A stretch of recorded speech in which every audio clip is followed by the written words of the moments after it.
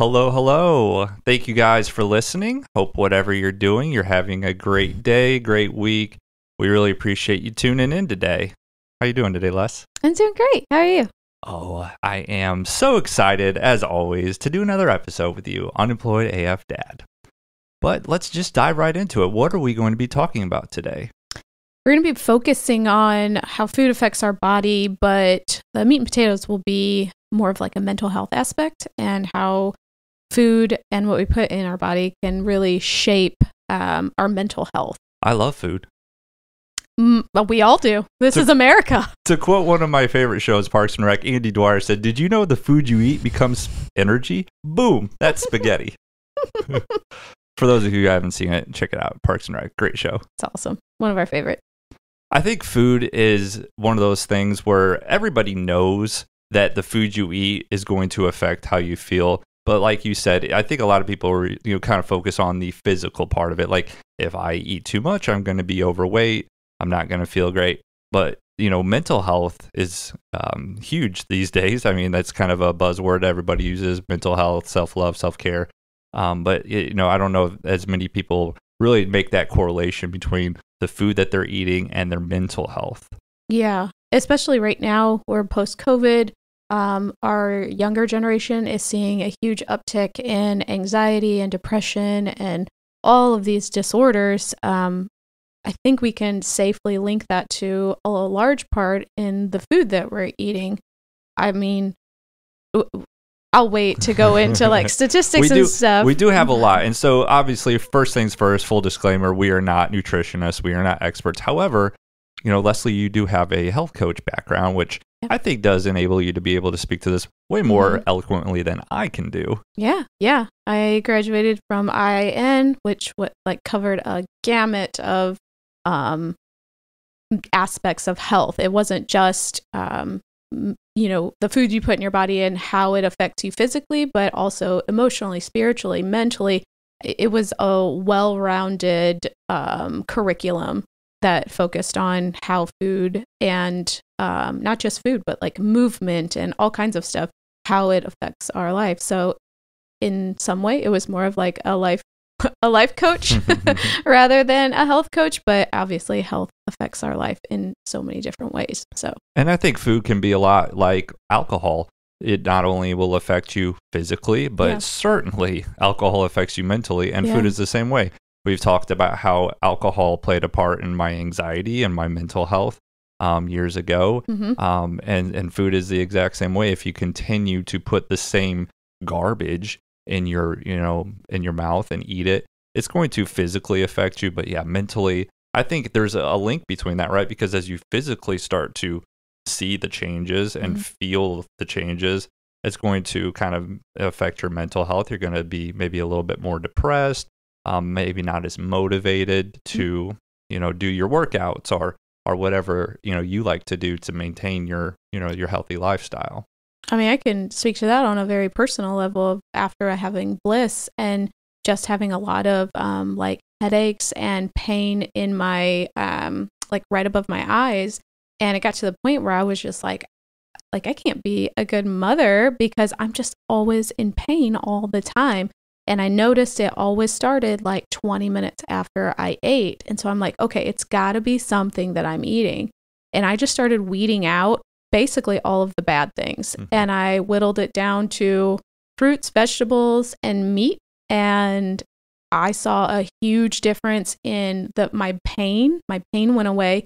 But then, like you said, then I saw a big difference in my body. Like my waist size got much smaller. I was able to maintain a healthy weight just by trying to figure out how to, temper the pain in my head. So yeah, it was a kind of a dual extraction there, which was so wonderful on both accounts. But yeah, that's. And one other disclaimer: we do not eat healthy 100% of the time. Nobody does.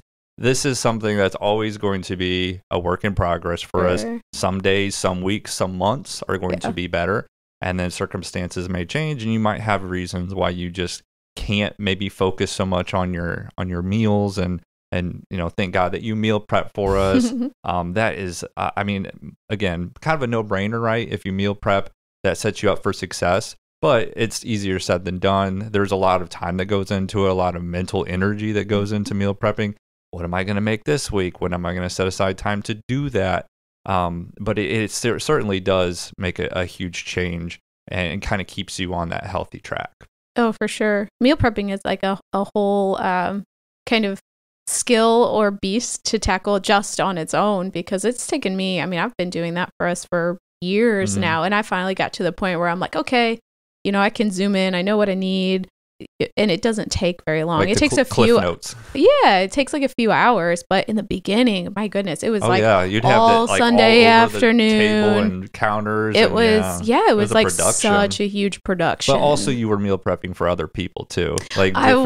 You had like a little side hustle going. I did. I had some coworkers who like 60 plates going. Yeah.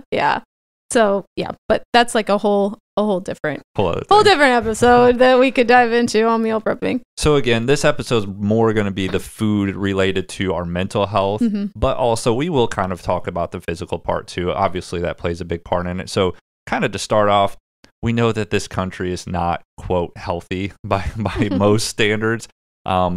And we will be referencing a lot of research and statistics and things. So this is not coming straight from us, obviously. These are things that you could look up yourself.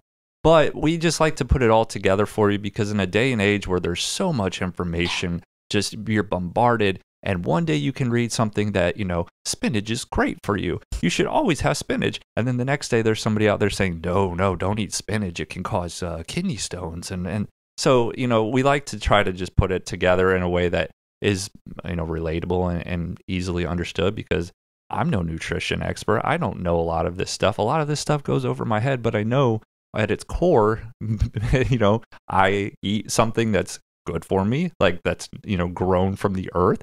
I'm probably going to feel pretty good. Most likely, yes. And a lot of this it's trial and error for your own body. So something that like really makes me feel good may not make you feel great. And that could be something that is grown from the earth. Like, if I have a really poor metabolic detoxification for like sugar, and I eat a banana and I feel like crap, but your body can do that. Your body can metabolize it really quickly. Then of course, that works for you. That does not work for me. Our body constitutions are all different. And you have to kind of dive in and see what makes you feel good and what does not make you feel good. It is not a one-size-fits-all diet for everybody. That's a great point. And it's exactly like what we talked about in the prior episode, I think, a couple episodes ago, about parenting. Yeah. One size does not fit all. And for someone to sit here and say, like, you eat this food and you will feel great. You have to eat this. You must... everybody's different. Everybody's body is going to metabolize things different. Yeah. So you're right. What we're talking about may work for us, but it may, it's trial and error. Like, hey, I tried this, it didn't work. Maybe I try that and it does work. Yep. They'll stick with that. Absolutely. But according to the CDC, about 42% of adults in America were considered obese in 2020.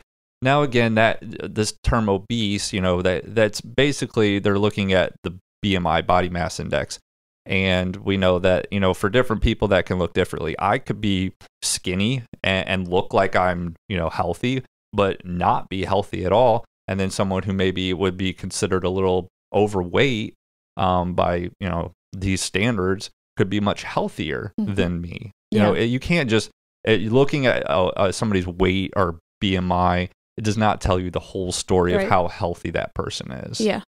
Yeah, I totally agree. That's just one standard that, for whatever reason, the United States has really latched onto. Yeah, and kind of along the lines of obesity, in the United States, it is estimated that about 60% of the calories consumed by the average person come from processed foods. Not shocking. It's not shocking at all. Like, go into a grocery store. What do you mostly see when you walk in? It's usually all the processed stuff is kind of in the main hub of the store, right?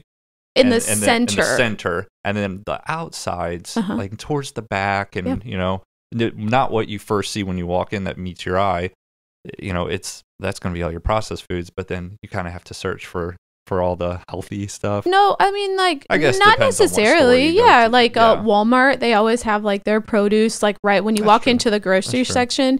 Aldi, the same thing. I mean, this is our, Walmart, our Aldi. I don't know. Maybe some of them are different, but traditionally, yes, all of your like produce and cold items are on the outside. That's why that's really a good lesson to learn about the grocery store. Like when you're shopping, buy a bulk of your groceries on the outside of the grocery store. I've always heard that. Yeah, stick to the outside. Stick to the outside because that's where your meats, try and find high quality dairies. You're going to find your fruits and vegetables, all of that good stuff that's, hopefully going to make you feel good according to your own body constitution, is going to. And then all of your other things, the more processed foods like your cereals and your mac and cheese and all the stuff frozen pizza and all of that stuff, your Doritos, all of that stuff is going to be more in that center. So if you can focus on the outside,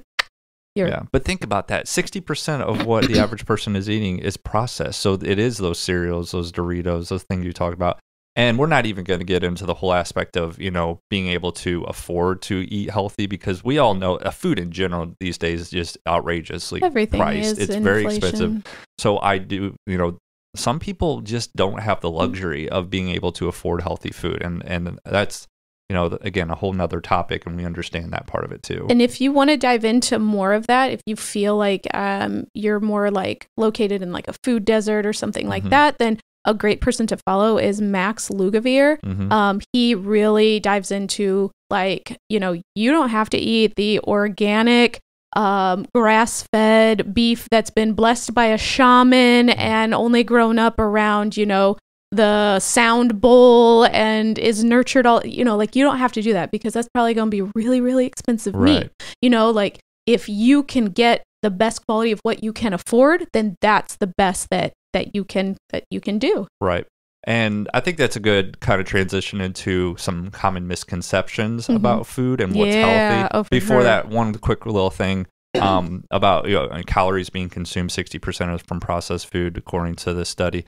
Again, calories are not all the same. Do you want to kind of dive into very briefly quality calories? Yeah. So obviously, we're very focused on caloric intake in the United States, and we can dive into like why that has come to about. Like we did a short, kind of rabbit hole escape into that. We did. And I believe Sean Stevenson has an episode that goes into like the history of the calorie. We can link that at the end of this, but it's really fascinating. Really, if you want to nerd out and go in there and figure or kind of dive into that. But obviously not all quality calories are quality calories, right? So like we're focused on, 1,200 or 2,000 calories a day or whatever it is. Yeah. And I think it's 2,000. Is it 2,000? I don't know. There's a lot of women that are like 1,200 calories because you got to cut calories in order to cut, fat and all. But what calories are nonsense. They? If you're, having 3 Diet Cokes, like you said before we got on here, a bag of M&Ms and a bag of Cheetos, but you stayed under your 1,200 calories. That's not a win. That's not a win. That's not quality food. So you have neglected any like vitamins, minerals, omega-3s, antioxidants, fiber, like all of those things that are, one, going to give you energy, and two, going to give you brain power, and lengthen your telomeres so that you can live a longer life. Longer life and more quality life. More quality life, like let's just think of like our aging skin, right? Like if we're only consuming like sodas or juices or whatever, like we may be very dehydrated, which means our skin is going to wrinkle faster. And just like with alcohol consumption. Exactly. We live in a very vain society, and you don't even have to be vain to want to look good. Everybody's spending hundreds of dollars on these creams and everything, and all they have to do is just look at the food they're eating. Right. Exactly. So yeah, I mean, though you really look at the quality of your calories rather than the the number that you're taking. Intuitive eating too, like side note here, intuitive eating is something really cool to look into as well. There's a really cool gal that Adrienne follows on Instagram. We can link her in the bottom too. But I believe she wrote a book too, but learning to be like an intuitive eater. So basically just listen to what your body needs. Yeah, be able to like simple, right? Quiet the chatter of like, oh, I want chocolate or I want Doritos or, whatever it is. And just to be able like, okay, I'm really craving this, but maybe that means I need, some more iron or I need more calcium or something like that. But to be able to like dive in and intuitively eat rather than eat from like an emotional perspective or from some other, part in your life. Mm-hmm. And the one other thing I wanted to add about the calories, you referenced Sean Stevenson, Mm-hmm. the Model Health Show. He is amazing. If you want to learn more than you ever could know about food, read his books, listen to his podcast, The Model Health Show. But he did a study, and this goes along the lines with calories are not the same, right? Mm-hmm. There was a study, and one group ate eggs, protein, for breakfast. The other group ate bagels, carbs, for breakfast. And then over the course of this multi-week study, the people who had the protein, so the eggs, dominant breakfast, lost over 50% more weight. They had a 17% decrease in their body fat. Hunger hormones went down, and they had a reduction in their BMI. And that's from episode 646 of the Model Health Show, The Truth About Body Fat. But really fascinating episode. Definitely recommend you go listen to it. But it just goes to show that these people are eating the same amount of calories, but the food they're eating is different. And it leads to weight loss for some people who are eating, the protein. Yeah, absolutely. And I encourage you to go and do that kind of experiment on your own, right? So one morning, eat eggs for breakfast and just kind of notice how your body feels. When are you hungry next? Are you hungry within 45 minutes, 90 minutes, 2 hours? Like, are you satiated until lunchtime? And then the next morning, eat the bagel and then see, do you have the carb crash? Are you tired? Are you then hungry again 45 minutes later? I love doing stuff like that. I love experimenting with my body, seeing what works, what doesn't, changing it up.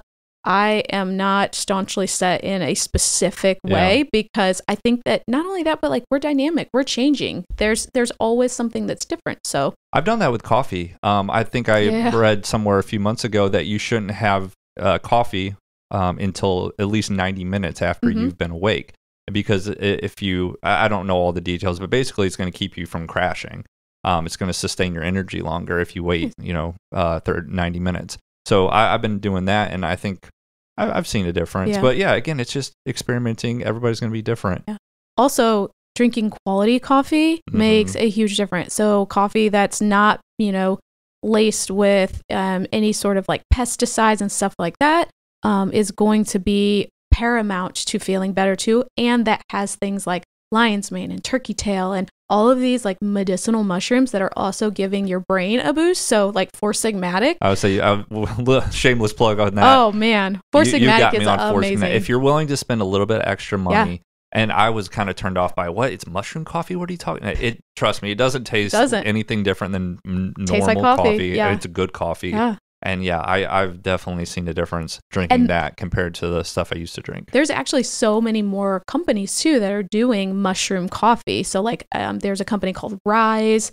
There's a company called Rasa. There's so many more because there's so much research is coming out about all these medicinal mushrooms that are just, lighting up our brains and making neural connections and we're able to focus better. There's so many amazing juicy things about them. And not to mention a lot of the toxins that are in these kind of name brand coffees that we're drinking every single day. Yeah. They're being sprayed with pesticides and all kinds of different nonsense. Oh, speaking of, where's that stat? Sorry, we're gonna have to look for that. That it's all the way down at the fascinating. bottom. That stat you found about pesticides. So in 1939, there were 32 active pesticidal ingredients registered with the federal government. I want to take a wild guess at how many there are now. I would never have guessed this. Approximately 75,000 chemicals are now in common use. I mean, from 32 in 1939, to 75,000, over 75,000. It's just like incredible. We're scratching our heads and wondering why we feel the way we feel. Why we feel the way we feel. Why there's an uptick of, cancers and autoimmune disease and fibromyalgia and like, all these things. Like, we don't have to look very far. No. We're consuming so many toxic chemicals that our body is just like, I don't know what to do with all of this. And I think we all know that. Yeah, we all do. We just kind of choose to ignore it. I think it's more multi-layered than that. It is. I think there's, we feel like we're in a losing battle, essentially. We feel like no matter what we do, we're losing, right? Because if we eat the fruits and vegetables, well, our fruits and vegetables are sprayed with pesticides, so we have to buy all organic. All organic is really expensive. Can I spend $4.39 on one batch of strawberries when our kids can eat that in one one sitting? I mean, there's a lot. It's so unfortunate the way that our society, government, agriculture has set us up for failure, essentially. We could go off on a whole tangent on that. But kind of going back you can see I'm very passionate about it. The correlation you mentioned, organic. Let's talk about some of the common misconceptions about healthy eating, because they're all out there. We're being, again, bombarded by content saying like, oh, this is good, this is bad, this is good. So let's just briefly talk about some of the common misconceptions about healthy eating. Starting with all carbs are bad. Not necessarily. Oh, no, not at all. If we look at sweet potatoes, that's a carb, right? Are we just going to stop eating that, even though it's got really good nutrients and benefits in it? All carbs aren't bad. We need carbs. Carbs are what gives us our energy. You just have to search for the good carbs, not the ones that are going to crash and make you feel worse. Right, the carbs in Doritos and things like that. Sure. Same with fats. Not all fats are bad. We got healthy fats, like, anything you find in nuts, avocados, olive oil. Yes. And it's really important, good for your heart. You want to stick to fats that are like come from something that has been grown. So think, olive oil, which olives are grown, and then the oil is expelled from that olive. Avocados the same way. It's very natural. You want to stay away from like vegetable oil, any kind of like seed oils. Those are expelled in a very highly toxic way, and they're inflammatory oils. So they're going to cause more inflammation inside of your body and do more harm. And rather than, your avocado, olive oil, all of those things, those are anti-inflammatory. Those are going to be your good ones that are going to kind of keep your cells from that inflammation. Low fat or fat-free products are always healthier. Yeah. No. What do they replace that fat with? Right. Sugars. A lot of times, sugars and it's not additives. just sugars, but it's artificial sugars too, because then they can say it's low fat and it's sugar-free. But what you're getting is a reduced amount of fat and an increased amount of some sort of chemical, right? Like an aspartame or something like that, which has been shown to lead to cancer and all kinds of different diseases. So anything, if you're going to buy any sort of product that has fat in it, so, yogurt or milk or something like that, you want to buy a good full fat milk, a good full fat yogurt, because it's gonna have the good stuff in it. Gluten-free means healthy. I don't know why I had that misconception for a while. I'm like, oh, gluten-free, that's better for you. No, it simply means that the people who can't have gluten can have this product. It really doesn't mean that it's any healthier. It just means you're not going to have that adverse reaction to it. And I'm very gluten sensitive. We got a daughter that's very gluten sensitive, so I'm thankful for some of these products. An allergy. Or a sensitivity. There's like a whole thing that we could go into gluten about that we won't. But I think I like a lot of these products in moderation, because we can make Bliss peanut butter and jelly with the bread, and I don't have to spend 2 days making a loaf of bread gluten-free. But that does, gluten-free products do not mean healthy, because those products are still processed. So they should still be, eaten in moderation. Just because it says gluten-free on the box doesn't mean that it's always good. Let's do one more. All natural means healthy. So, yeah, if you dive into more information on that, that's like the Food and Drug Administration's way of getting around. Like, you can't say that it's organic, you can't say it's healthy, but you can say that it's all natural, which doesn't really mean anything. There's no weight behind that label. That label is just we kind of laugh something to like, real. Oh, it says it's all natural. What is that? But it has like yellow number 5 and red 40 in it. We kind of laugh about foods that have, quote, been regulated by the FDA. It's like, does that really mean anything? Right? It doesn't mean that it's good. Like, look at all the foods that have been regulated by the FDA. Yeah. I mean, and that have, like, there's studies that have shown that red number 40, I think it's red 40, has been linked to ADHD and can, make it significantly worse. Do you think that we have outlawed or banned red number 40? No, I accidentally bought it a few weeks ago. I wanted something to like put in my water. I bought some Mio, and like one of the first ingredients on there is red 40. I was like, oh, well, not using that. Yeah, exactly. It's terrible. If you want to follow somebody who is a staunch advocate for ingredients that go in foods, follow the Food Babe. She is amazing. Like, not only is she like very education forward, trying to educate the public, but she's also going to like Congress and saying like, this is not okay. She's going to the Food and Drug Administration. She's calling out companies that say like, why is it that in England your Heinz ketchup only has 4 or 5 ingredients in it, but your Heinz ketchup here in the United States has, 14 ingredients in it and half of them are chemicals? Like, because, Europe they won't allow some of those chemicals. So they're like, well, I guess we've got to, we got to abide by those rules. You should just do it across. If you know that it's good for these humans, then you should have that same respect for the humans in the United States. Exactly. But she's really, really amazing. And she has done some really cool work. So go check her out, the Food Babe. All right. So let's just dive into how food affects your mental health. Oh, man. Well, we're not going to dive into it. We're kind of going to, we know that it does, obviously. There's studies out there, and you can look them up yourself, but the correlation between the food you're eating and your mental health, and like we talked about earlier, obviously the physical part of it is going to kind of spill over into the mental part when you're gaining weight, or you just, you feel sluggish, or you just don't feel like, motivated to do things. That's going to then affect your mental health.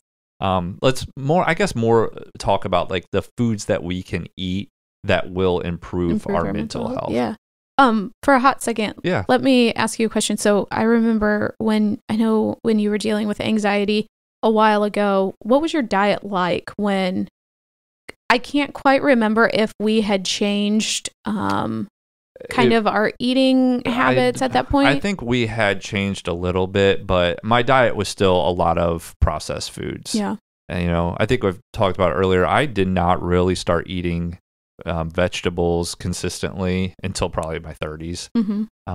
You always joke when we got married, I would go to the store and I would literally just bring processed food home, maybe some bananas, but like I would bring home donuts and I ate all this stuff, again, not really having it affect my weight too much. So if you just looked at me like, oh, he's thin, he's healthy, and you went to the gym all the time, but no, I wasn't so healthy. And then as I got a little bit older, I realized like, hey, this is starting to catch up with me. Not that I ever got, crazy overweight or anything, but I definitely gained some weight. Yeah. And, I would even tell you, like, I feel fluffy. I don't know what I feel. Yeah. I didn't use the word like, you said overweight. fluffy. Yeah, I didn't use the word overweight or anything like that. But, just gaining 10 pounds, felt like, oh, I need to make a change. Like this is, and you're, as much as you want to say that you don't care about what other people think about you, and especially men, sometimes we have to be like, oh, I don't care about what I look like. The dad bod. Yeah, welcome the dad bod. You do care. Yeah. And even if you don't care what other people think, I care what you think about my body. I care what I think about my body. And if I don't feel confident and comfortable in it, then I want to change it. Right. So, yeah, to answer your question, yes, I was eating probably a pretty poor diet. And I think once I changed that diet and obviously changed some other things, started working out more, and it definitely improved the anxiety to the point where, thankfully, I really don't deal with it at all anymore. It's not even something on my radar. How much do you think alcohol had to do with that too? Oh, a ton, obviously, yeah. Because I know you were anxiety. Yep, that's a big one. When you already have anxiety, and then, we've talked about all the effects that alcohol have on you. The next day you're hungover, your heart is already racing. And for me, my heartbeat my pulse was always kind of a trigger. Like I'd always check it. Like even when you're sick, you do that. Yeah. And even if it's just a little bit abnormal, then you start to spiral. So alcohol plays a huge part in that, obviously. Yeah. Interesting. Yeah. I was just curious. I couldn't remember. So mental health and what we're eating.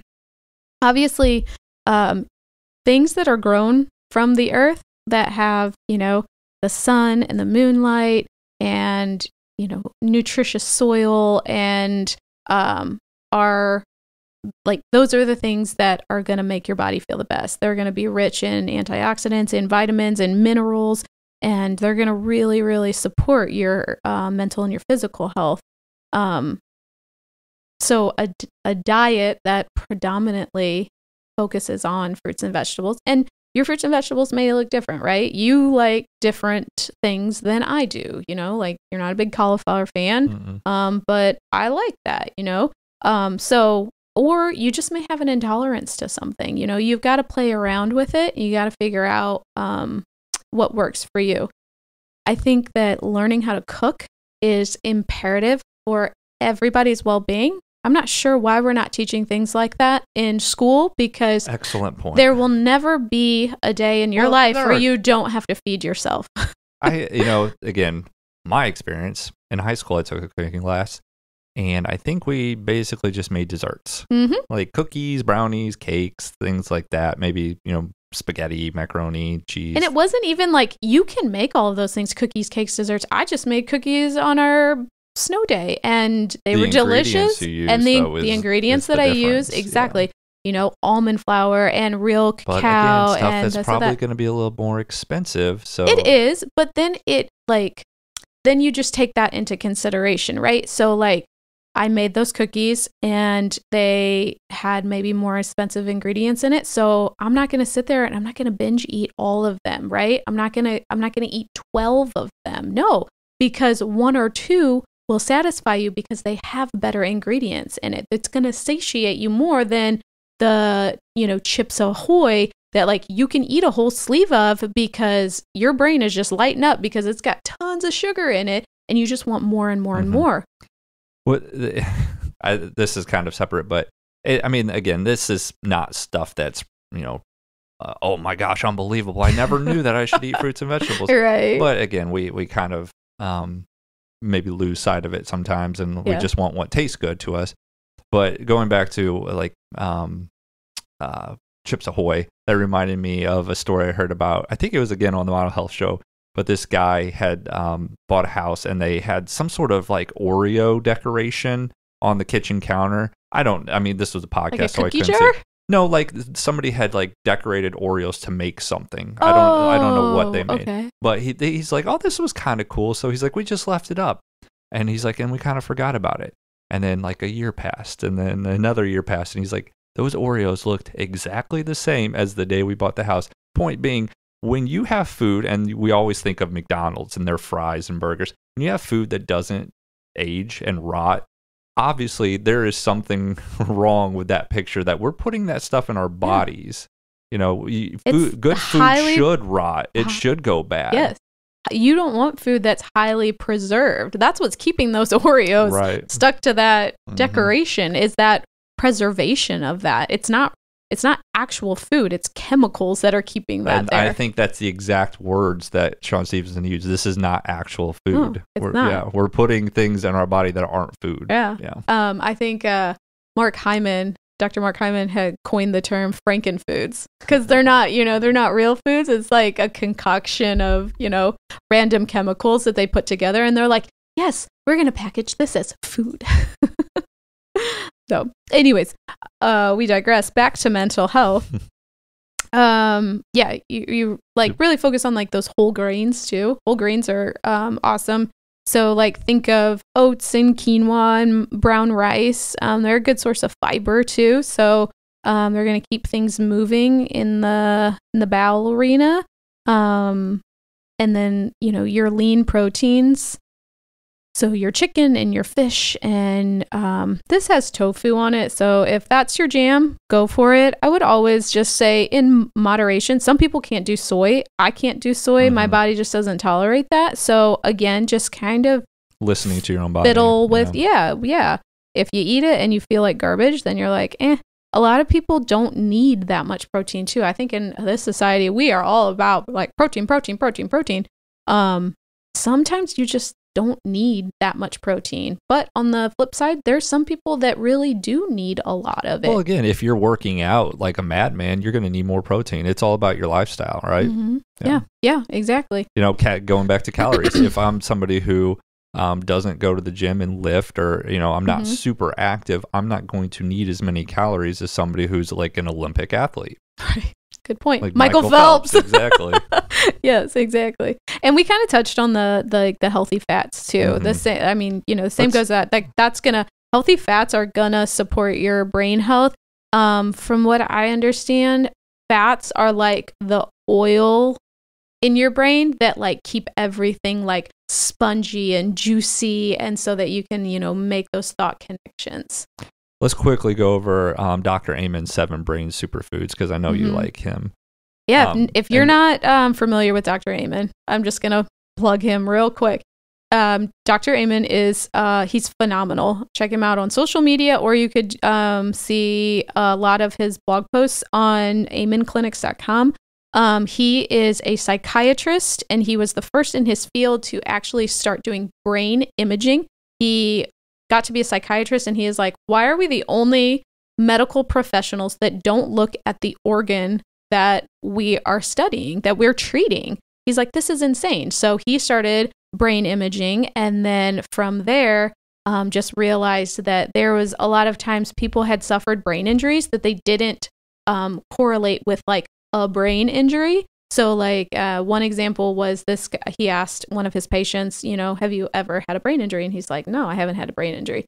And then they started talking, and all of a sudden the patient is like, well, this one time I was riding my bike, I was like mountain biking or whatever, and I fell off my bike and I cracked my helmet. And Dr. Amen was like, you hit your head so hard that you cracked your helmet? Like that's crazy, So even those like concussions that we experience, like that is severe to our brain health. Anyways, he goes into a lot of really amazing education. He's got a ton of books out, all kinds of different stuff. So check him out. But today we're going to be talking about his blog post, and it's from 2020, so a couple years ago. But it's 7 brain superfoods that can help you, obviously your brain work quicker.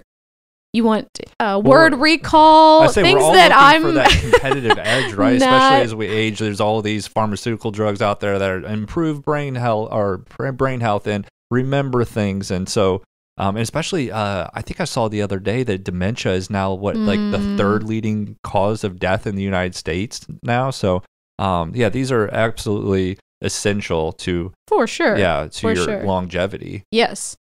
So if you're interested in guarding yourself against dementia or lacking brain health, then start adding these to your diet. Let's just quickly go over the 7 and maybe just briefly say what they are. And I mean, most of these people know, but a lot of these are not like everyday household items necessarily that you're going to be aware of. I know them just because of you and you using them in the house. But if I wasn't with you, I wouldn't know what some of these are. So we'll start with hemp seeds. They're literally just like little seeds that you can put on a salad, a smoothie bowl, in a smoothie, on a smoothie bowl, put them on your avocado toast.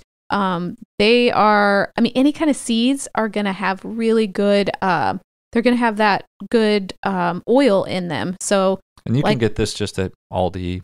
No, you can't get hemp seeds at Aldi. No. Well, see, I didn't even know that. Thrive, I know Thrive Market, which I shop at quite a bit. It's like an online maybe grocery if you have store. like a Whole Foods or something around Yeah, your like a area. Whole Foods. Unfortunately, we don't, but yeah. I'm sure like a Deerberg's, maybe a little bit more of like a bougie grocery store would have that. We're from the Midwest, so if you don't know what these stores are, we apologize. But I don't know if like a Schnucks, or I've never looked at, Walmart or anything like that. But anyways, hemp seeds, definitely good for the brain. Excellent source of omega-3s, and they just have a whole host of brain benefits that you can get from them. Next is turmeric. Oh, turmeric. Which will stain your hands. Turmeric will stain anything it touches, your countertop, your hands, anything, and for days, too. It's like a yellowish day. I was trying to clean it the other day. I'm like, I don't think this is coming up. Yeah, it's there for good. Good thing we hate our kitchen. A turmeric is like an Indian spice. It really doesn't have a whole lot of taste to it. I can never tell. It is an amazing anti-inflammatory spice. We have a study from 2009 from the Journal of Alzheimer's Disease. Researchers mixed curcumin and vitamin D in the blood of Alzheimer's patients in a test tube, and they found that it prevented the buildup of abnormal plaques associated with disease. So more than what do we got? What do we have here? We have so many notes. More than 7,000 published articles have revealed that benefits of curcumin, including powerful anti-inflammatory properties as well as antioxidants, blood pressure, blood sugar regulation, and anti-cancer activities, are all curcumin is in turmeric, and so you're getting all of these like amazing benefits inside of that. So that's why it's like so powerful, so anti-inflammatory, so anti-cancer. So cooking with turmeric is phenomenal. Seaweed and sea vegetables, I don't do a lot of cooking with these. I say again, these are 7 superfoods, but you don't have to have all 7 of them in your diet every single day. Yeah, absolutely. This is a lot of like, I think like you can actually buy like seaweed paper. Isn't it good for like improving your insulin resistance and kind of controlling your blood sugar and things like that? Yeah. It's noted here. It's like good for like thyroid function, even like anxiety and sleeplessness. So, I mean, we could look into seaweed and sea vegetables, but yeah, it says here, they have like chips and seaweed wraps and stuff like that you can use instead of bread. So that may be a place to go. So, if you want to make some like sushi at home. Pea protein is next. And I know I've used pea protein powder, like for protein powder for my smoothies before. That's what Vega is. Yeah, exactly. Vega's pea protein. I cannot do whey. My body is very intolerant to whey. Protein powder, it seems like whey. So yeah. So I think pea protein is a better alternative personally. Yeah, I mean, I don't know any studies on like whey or what it is or what it does. I just know from my own personal experience. You feel better without it. Yeah. It is terrible. So it's a plant-based protein powder. And I know like if you have ever gotten protein powder from like your superfood, they use pea protein. They don't use whey. And they're a little bit, they're way healthy. Yeah. Brazil nuts, I mean, any kind of nuts really are going to be those good fats that we talked about earlier. Yeah. Apparently, specifically, Brazil nuts have been shown to support thyroid function and your immune system. And there's psyllium inside of them, which is, or like, psyllium shows that when psyllium levels, are too low or too high, it increases the risk of depression in young adults. Interesting. So that's something to keep in mind. It's antidepressant like effects in just a Brazil nut. You don't have to necessarily, maybe take a medication, but maybe if we just get more of these in our diet, then it'll make us all feel better. Yeah. Sardines, Ooh, gluten-free. you're a big fan. Not gluten-free whole oats. Those are the last two. Sorry to kind of speed this up, but I know we're running long on this. It's okay. Yeah. But then I also want to touch base real quickly on some of the foods that will kind of fuel the mental health issues. So we just talked about foods that are good for you, good for your brain, that you want to be consuming.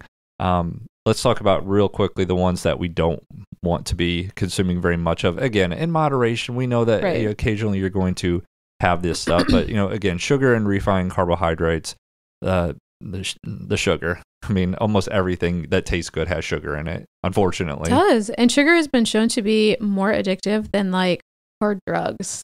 It like your brain just lights up when you have white sugar. And it's been shown to cause inflammation, diabetes, and again, obesity. It increased markers for Alzheimer's disease. Yes, going back to that. Exactly. So. Oh yeah. Overall, brain and hippocampal volume, for memory, cognitive decline. I mean, like, there's nothing on here that says that you should eat more sugar. And isn't it funny how we kind of almost reward our kids with sugar? Like, oh, you were good. Here's a lollipop, or here's yeah. I know. I hate it. I really do. Or so many people have that correlation between going over to grandma's house and having all the snacks, Little Debbie's and all that good stuff. Yeah, we reward people with unhealthy food. We do. Can't think of. I mean, we have a whole holiday revolving around candy. Halloween and exactly. Or even Christmas. Think of all the treats and sweets that are at Christmas time, or Thanksgiving. It's crazy. Another one to avoid is artificial sweeteners. I mean, and it can be, you can almost mindlessly just kind of pour that into your drinks. I'm drinking tea. It's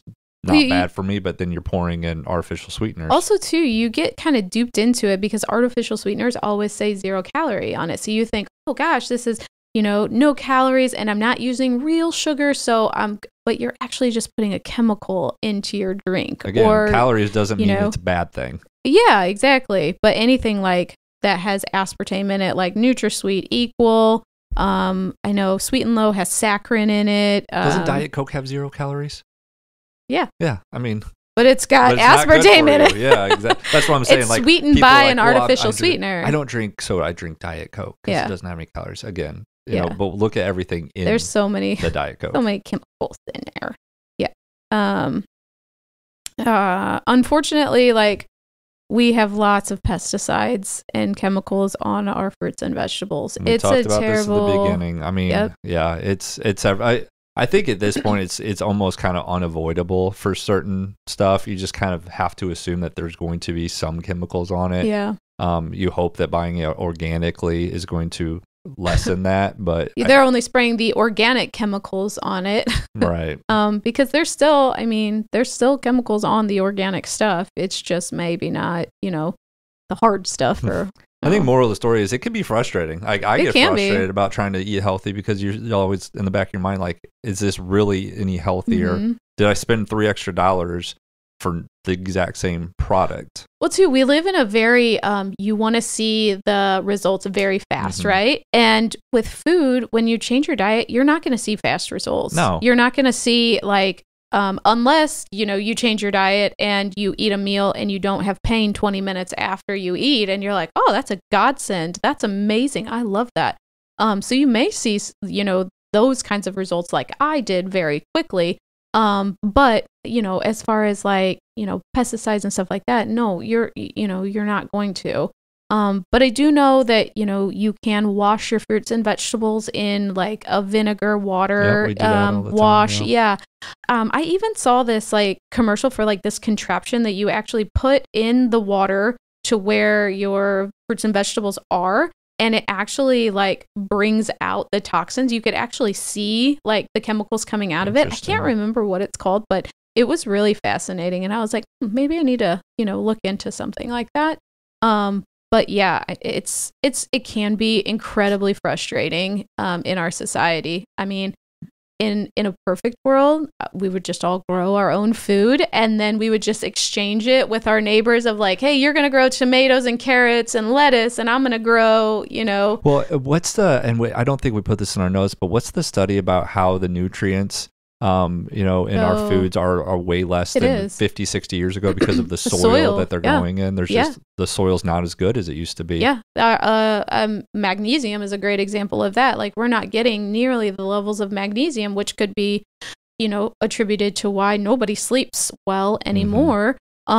Because yes, our soils are so depleted. And that goes back to like, farmers that, like plowed, I believe, and like they just, whenever they dug up the dirt, it basically took like that top layer off, if I'm remembering it right, and it just basically led to depletion after a while. That it has some link to do with like the Dust Bowl too.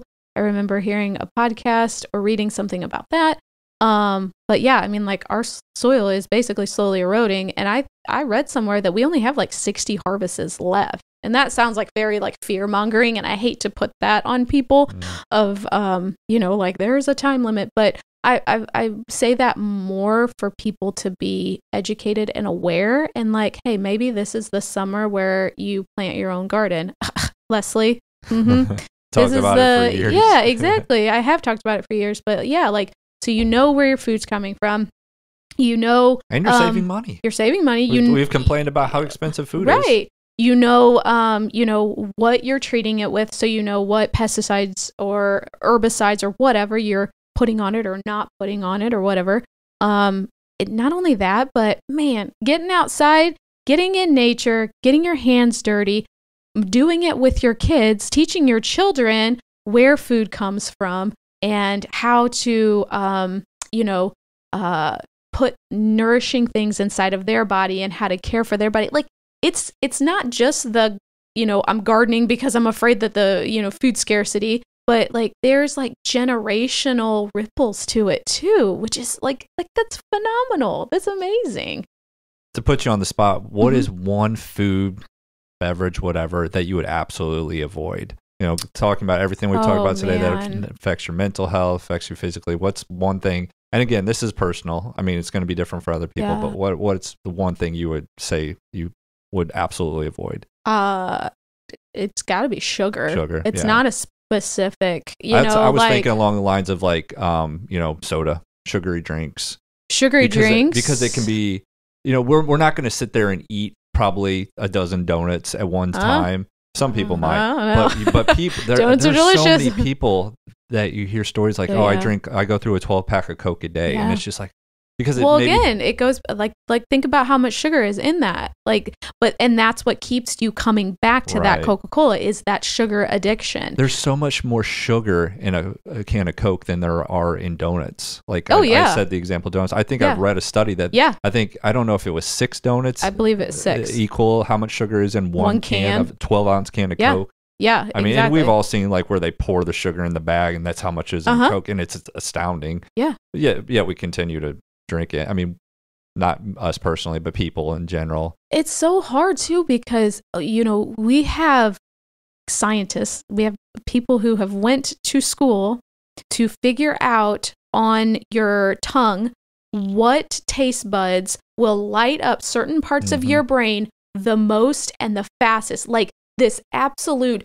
perfect flavor profile of salty and sweet, and that will mesh together and just make your body and your brain crave it on a very visceral level. I listened to a podcast on the Model Health Show about that. It was an hour and a half about flavor, and you think, this might be boring. No, it was fascinating. Yes. Like all the science and the money and the research that goes into exactly what you're talking about. Exactly. It's crazy. And so like you are essentially, you're being overtaken by this flavor profile, and you think it's just like, I don't have enough willpower. And then it leads to like shame and guilt and this spiral of like, why can't I just, get my stuff together and be able to, not eat the whatever or not drink the Coca-Cola. It's not about willpower. It is. It's designed to keep you addicted. It's designed to keep you coming back for more. Yeah. Exactly. You hate to say that, it's all about the money, but it truly is. It is. Yeah. If you sniff it all back, it's all about the money. Yes. Yeah. And it's like these big corporations. I mean, like, think of all the like foods that are under just like the Frito, the Frito umbrella, I mean, it's all about these big corporations making lots of money, and it's a lot cheaper to make processed foods than it is to grow healthy, good foods. Absolutely. They can churn out a ton of processed foods really, really fast, and that's why they can make it so cheap. Yeah.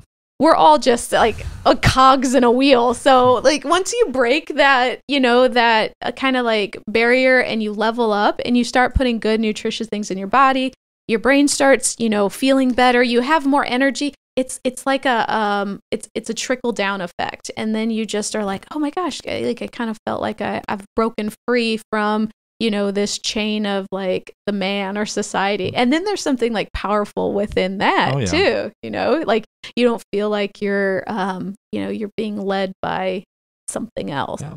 The last thing I'll say is, it kind of goes back to when I talked about alcohol, and I just kind of, after drinking alcohol for so many years, just felt like, hey, this is normal. This is the way I should always feel. Yeah. And not knowing how terrible I actually felt until I stopped. I think it's the exact same thing with the food you eat. If you're used to the same foods over and over again, and it's good to try to switch it up. I mean, even if you're eating healthy food, trying to just, I think I saw a study, the most, average people eat like 8-10 meals, of the same, they kind of just repetitive, right? Over and over and over again. I get what it's good to kind of mix those up, even if you are eating healthy, to try to bring more healthy foods into your lifestyle. But again, if you're used to eating those foods, you're just going to be used to eating or feeling that way. And it's only until you switch and start eating healthier that you'll realize, wow, I could feel so much better just by putting different food in me. Oh yeah. And a lot easier said than done, of course. Oh, it's a long process. Like, stick with it, because there's been lots of times, depending on, what we're going through, as individuals, as families. I mean, as a woman, I have a 28-day cycle, like it depends on what week it is, on how I'm feeling, what I'm going to eat. It depends on our seasons, right? Like we're in winter right now. So all of our bodies are craving warm things and hearty things because we still think that we need to be storing fat for the winter because there may be food scarcity. Like that's just in our DNA and who we are. So there's a lot that goes into our bodies and our biology than just straight like, I should be eating salads all the time, In the wintertime, maybe you shouldn't be eating that, eat more soups and things that are going to satiate that more like seasonal eating part. I mean, you can dive into all kinds of different stuff. Like you can look at food through the lens of energetics. You can look at food through the lens of like just wanting to build muscle. Like it just all depends on what your lifestyle is. You have to clarify that for yourself and then move forward into how you want to eat. Absolutely. Well, thanks so much for your insight and expertise because I really didn't have a whole lot to contribute other than my own personal experience. So I appreciate all the good information. Of course, we will try to link all this stuff that we've talked about in the podcast notes. Thank you guys so much for listening.